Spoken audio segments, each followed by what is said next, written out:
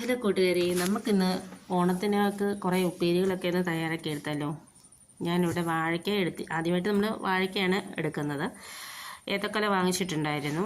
അതിൽ നിന്ന് വാഴയ്ക്ക എടുത്തിട്ട് ഞാൻ തൊലികളെല്ലാം നല്ല വൃത്തിയായിട്ട് കളഞ്ഞിട്ട് നമ്മളുടെ കയ്യിൽ കറയെ പറ്റാതിരിക്കാൻ നമ്മൾ കുറച്ച് വെള്ളം എടുത്തിട്ട് അതിലേക്ക് ഉപ്പിട്ടിട്ട് 2 കൈ അതിൽ മുക്കിയിട്ട് ഒന്ന് കഴുകിയെടുത്തതിന് ശേഷം നമ്മൾ ഈ വാഴയ്ക്കയുടെ തൊലി കളയാനിരുന്നാൽ നമ്മുടെ കയ്യിൽ നിന്ന് ആ കറകളെല്ലാം പോയി കിട്ടും കേട്ടോ.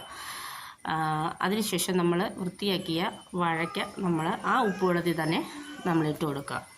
അതിനുശേഷം ഇട്ട് കൊടുത്ത വാഴയ്ക്കകളെല്ലാം നമ്മൾ നല്ലപോലെ വൃത്തിയാക്കിയതിന് ശേഷം നമ്മൾ ആ വെള്ളത്തിൽ നിന്ന് വാരിയെടുത്തിട്ട് ഒരു കണ്ണോപ്പിലിട്ട് വെക്കുക. ആ വെള്ളം ഊറിപ്പോവാനാണേ. അതിനുശേഷം നമ്മൾ അത് നല്ലപോലെ അരിഞ്ഞെടുക്കുക. ഞാനിവിടെ നടുവേ കീറിയാണ് വാഴയ്ക്ക എടുത്തിരിക്കുന്നത്.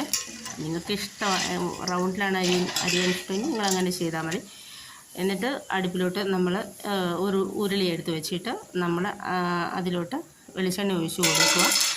നല്ലപോലെ വെളിച്ചെണ്ണ തിളച്ച് വരുമ്പോൾ നമ്മൾ അരിഞ്ഞ് വെച്ചിരിക്കുന്ന വാഴയ്ക്കകൾ അതിൻ്റെ അകത്തിലിട്ട് കൊടുക്കുക. അത് പാകമാകുമ്പോൾ പാകമായതിനെ കൊണ്ട് നമുക്കൊന്ന് കുറച്ച് മൂത്ത് വരുമ്പോൾ കടിച്ച് നോക്കുക. അപ്പോൾ പാകമായെന്നാണ് അർത്ഥം. പിന്നെ ഞാനിവിടെ എടുത്തിരിക്കുന്നത് കപ്പയാണ്. കപ്പ നല്ലപോലെ അതിൻ്റെ തൊലികളൊക്കെ കളഞ്ഞ് വൃത്തിയാക്കി വെച്ചിരിക്കുകയാണ്. അതും ഞാൻ നല്ല കനം കുറച്ചാണ് അരിഞ്ഞ് വെച്ചിരിക്കുന്നത്. അതിനുശേഷം ആ എണ്ണയ്ക്കകത്തോട്ട് തന്നെയാണ് ഞാൻ എണ്ണ തിളച്ച് വന്നപ്പോൾ ആ ഉപ്പേരിയെല്ലാം കൂടെ വാരി അതിൻ്റെ അകത്തിലിട്ടിട്ട് കൊടുത്തിട്ട് നല്ലപോലെ തിളയ്ക്കുകയാണ് കേട്ടോ. നമ്മൾ ആദ്യമേ ഒന്ന് ഇളക്കി കൊടുക്കൽ കുറച്ച് കഴിയുമ്പോൾ നമ്മൾ ഇളക്കി കൊടുക്കുക, അല്ലെങ്കിൽ അത് ഒട്ടിയിരിക്കും. അതിനുശേഷം നമ്മളത് മൂത്ത് വരുമ്പോൾ നല്ല ഒത്തിരി കറുത്ത് പോലെ കേട്ടോ.